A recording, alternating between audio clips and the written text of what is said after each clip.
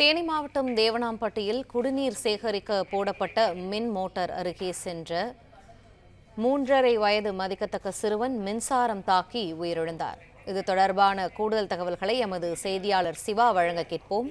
சிவா, வணக்கம். இந்த விபத்தானது எப்படி நடந்தது? இது தொடர்பான முழு விவரங்கள் என்ன சிவா? வணக்கம். தேனி அருகே 3 வயது சிறுவன் மின்சாரம் தாக்கி இறந்த சம்பவம் அப்பகுதியில் பெரும் சோகத்தை ஏற்படுத்தியுள்ளது. தேனி மாவட்டம் பெரியகுளம் அருகே உள்ள தேவதானப்பட்டி பேரூராட்சியில் இருந்து தெற்கு தெரு பகுதிக்கு பேரூராட்சி நிர்வாகம் சார்பில் குடிநீர் விநியோகம் செய்வது வழக்கம்.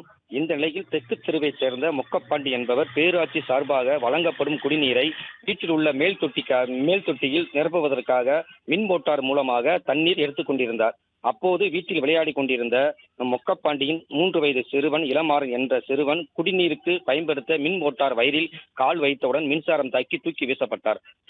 வீசப்பட்ட உடனே சம்பவ இடத்திலே மயங்கி விழுந்தார். உடனடியாக பெற்றோர் மற்றும் உறவினர்கள் இளமாறனை மீட்டு தூக்கி கொண்டு தேவதானப்பட்டி அரசு சுகாதார நிலையத்திற்கு கொண்டு சென்றனர்.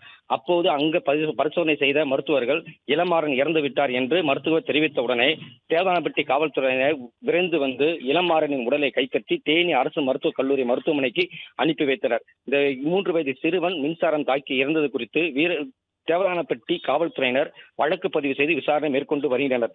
இந்த 3 வயது சிறுவன் மின்சாரம் தாக்கி இறந்த சம்பவம் அப்பகுதியில் பெரும் சோகத்தை ஏற்படுத்தியுள்ளது.